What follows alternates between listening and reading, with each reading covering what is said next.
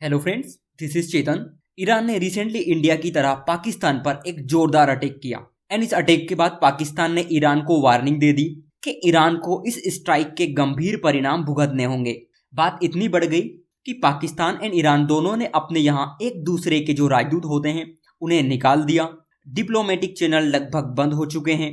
इस अटैक से चीन को भी बड़ा झटका लगा है क्योंकि जिस जगह पर मिसाइल फायर की गई है वहां पर चाइना एंड पाकिस्तान के प्रोजेक्ट चल रहे थे। नाउ सवाल ये होने लगे हैं कि क्या अब पाकिस्तान भी इजराइल हमास वॉर में शामिल होने वाला है। ईरान ने जो पाकिस्तान के ऊपर अटैक किया है, क्या पाकिस्तान इसके जवाब में फिर से अटैक करेगा? क्या पाकिस्तान ऐसी सिचुएशन में है एंड अगर ऐसा पॉसिबल होता भी है तो इंडिया के आसपास वाले रीजन में तनाव कितना बढ़ सकता है? इन सभी को हम डिस्कस करेंगे। एक्चुअली हुआ ये कि ईरान के इस्लामिक रेवोल्यूशनरी गार्ड्स ने पाकिस्तान के बलूचिस्तान प्रांत में एक आतंकवादी संगठन है जैश अल अदल, उस पर हमला किया। इस हमले में 2 बच्चों की जान चली गई और कुछ लोग घायल हो गए। और ये जो अटैक है वो तब किया गया जब पाकिस्तान के प्राइम मिनिस्टर दावोस में वर्ल्ड इकोनॉमिक फोरम की समिट हो रही थी। उसमें ईरान के विदेश मंत्री के साथ मीटिंग कर रहे थे। इंटरेस्टिंग बात यह भी है कि इंडिया के फॉरेन मिनिस्टर डॉक्टर जयशंकर ने हाल ही में ईरान की विजिट भी की थी। तो इसको लेकर भी कुछ कयास लगाए जा रहे हैं कि क्या ईरान ने ये अटैक इंडिया के इन्फ्लुएंस से किया। वो सब ठीक है, लेकिन ईरान ने आखिर ऐसा किया क्यों? आप इस मैप को देखिए, ये है ईरान, ये रहा पाकिस्तान और यहाँ पर आप देख पाओगे कि ये रहा सिस्तान बलूचिस्तान वाला इलाका। ईरान और पाकिस्तान मिलकर 959 किलोमीटर की बॉर्डर शेयर करते हैं। इस सिस्तान और बलूचिस्तान वाले इलाके में जो पाकिस्तान का आतंकवादी संगठन है जैश अल अदल और ईरान की सिक्योरिटी के बीच भिड़ंत होती रहती है। ईरान का यह हमला जवाबी कार्यवाही बताया जा रहा है क्योंकि पिछले महीने इस सिस्तान बलूचिस्तान प्रांत में ईरान की पुलिस स्टेशन पर इस आतंकवादी संगठन ने हमला किया था और इनके इस हमले में ईरान के 11 सिक्योरिटी फोर्स की मौत हो गई थी। ईरान ने बार बार चेतावनी दी थी कि जैश अल अदल आतंकवादी संगठन ईरान की सिक्योरिटी फोर्सेस पर हमला करने के लिए पाकिस्तान की भूमि का इस्तेमाल कर रहा है, लेकिन पाकिस्तान ने इनकी वार्निंग को सीरियसली नहीं लिया।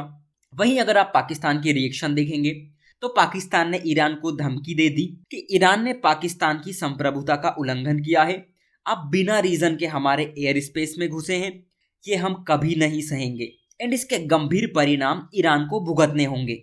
अगेन मेन क्वेश्चन ये है कि क्या पाकिस्तान ईरान पर अटैक करेगा? देखिए, कुछ एक्सपर्ट का मानना है कि पाकिस्तान इस हमले का जवाब ईरान को दे सकता है। इसका मतलब है कि यदि ऐसा हुआ तो ईरान और पाकिस्तान के बीच एक लॉन्ग टर्म कन्फ्लिक्ट शुरू हो सकता है, ठीक वैसा ही जैसे ईस्ट में इंडिया के साथ एंड वेस्ट में अफगानिस्तान के साथ। कुछ का ऐसा मानना है कि ये जो पाकिस्तान है वो सबसे पहले डिप्लोमेटिक चैनल के थ्रू इस मुद्दे को उठाएगा एंड अगर डिप्लोमेटिक चैनल फेल होते हैं तो पाकिस्तान ईरान पर एक बड़ा अटैक जरूर करेगा। लेकिन अगर आप देखोगे तो इन्होंने अपने यहाँ से राजदूतों को तो निकाल दिया है, ऐसे में अब इनके डिप्लोमेटिक चैनल भी क्रैश होते दिख रहे हैं। लेकिन आप ये सोच रहे होंगे कि क्या पाकिस्तान अटैक करने की सिचुएशन में है? देखिए, अगर आप पॉलिटिकल विजन से देखोगे तो वहां पर इलेक्शन होने वाले हैं। वहां की पब्लिक का पूरा प्रेशर इनकी मिलिट्री पर रहेगा कि इनकी मिलिट्री इनसे बदला ले एंड इलेक्शन के टाइम ये मैटर काफी सीरियस हो जाते हैं। इस हिसाब से देखें तो शायद पाकिस्तान ये प्लान बना रहा होगा कि एक झटका ईरान को तो दे दिया जाए। वहीं अगर आप इकोनॉमिकली नोटिस करोगे तो पाकिस्तान की हालत बहुत ज्यादा खराब है।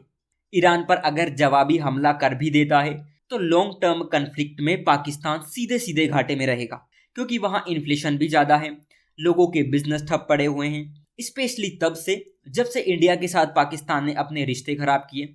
वर्ल्ड इंस्टीट्यूशन से वो लगातार कर्जे ले रहा है। ऐसे में पाकिस्तान के पास ये बड़ा चैलेंज है कि वो इन पैसों का यूज ऐसे कन्फ्लिक्ट के लिए करे या फिर वहां की पब्लिक वेलफेयर के लिए। वैसे मुझे नहीं लगता, लेकिन फिर भी अगर पाकिस्तान ने ईरान के ऊपर हमला कर दिया तो क्या पाकिस्तान इजराइल हमास वॉर में शामिल हो जाएगा? देखिए, इसके चांसेस तो पूरे पूरे हैं। एंड अगर आप देखोगे तो ईरान जिस तरह से रेड सी वाले रीजन में हुती विद्रोहियों को सपोर्ट करता दिख रहा है, तो ऐसे में पाकिस्तान भी उसके निशाने पर हो जाएगा। दिक्कत वाली बात यह भी है कि पाकिस्तान 2 बड़ी सिचुएशन में फंस गया। पहली कि पाकिस्तान फिलिस्तीनियों का सपोर्ट करता है एंड ईरान भी करता है। सेकंड, ईरान और अमेरिका के बीच रेड सी में जो कन्फ्लिक्ट चल रहा है उसे देखते हुए अमेरिका पाकिस्तान से ईरान के खिलाफ मोर्चा खोलने के लिए जरूर कहेगा, जो कि डायरेक्टली इजराइल को सपोर्ट करता है। पाकिस्तान के ऊपर बहुत प्रेशर बढ़ गया है। जैसे इधर कुआ उधर खाई, ईरान से बदला भी लेना है एंड विदाउट अमेरिका के सपोर्ट के ये पॉसिबल नहीं है। वहीं दूसरी ओर फिलिस्तीनियों के मुस्लिम हितों को इग्नोर भी नहीं कर सकता। कंट्री में इलेक्शन है, सारी मुसीबतें एक साथ आ गई। चाइना हेल्प नहीं कर सकता क्योंकि उसके ऊपर खुद ऐसे इल्ज़ाम है कि वो ईरान एंड हमास को आर्म सप्लाई करता है। वहीं अगर इंडिया की बात करें तो इंडिया के लिए ये इशू काफ़ी बड़ा है क्योंकि अगर पाकिस्तान में हड़कंप मचती है तो इंडिया के ऊपर इसका डायरेक्ट इम्पेक्ट होगा। वो इसलिए कि ऐसे टाइम में वहाँ के टेररिस्ट ग्रुप और एक्टिव हो जाएंगे एंड ईरान के चक्कर में पाकिस्तान की कोई सी मिसाइल मिसफायर होके इंडिया की टेरिटरी में आ गई या फिर इंटेंशनली फायर कर दी गई तो फिर जो होगा शायद उसकी कल्पना भी नहीं की जा सकती। क्योंकि India Arabian sea and red sea में अपने economic interest and energy security के लिए वैसे ही बहुत परेशान है। हूती विद्रोही हर किसी को लपेटने में लगे हैं। ऐसे में ईरान एंड पाकिस्तान की ये प्रॉब्लम कहीं इंडिया के आसपास रीजनल कन्फ्लिक्ट का रूप ना ले ले। फिर भी देखना इंटरेस्टिंग होगा कि आगे क्या होता है। सो आज के लिए इतना ही। Thank you.